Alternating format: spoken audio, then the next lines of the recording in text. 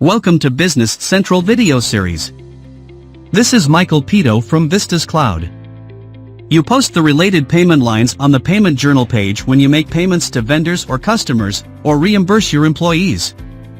You might want to see the related videos adding new payment journal lines and previewing and posting a payment journal. To apply entries with the exact amount, from the payment journals page, select line, and a value for applies to document number. Look for the same exact amount.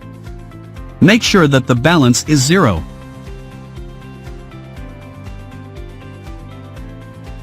To apply entries with multiple amounts, select the next line, process and apply entries actions. Select lines by pressing Ctrl on your keyboard while clicking your mouse.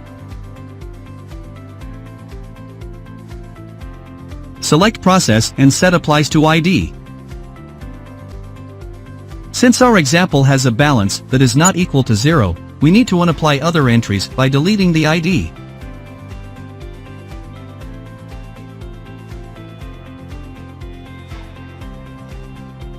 This time, the balance is 0.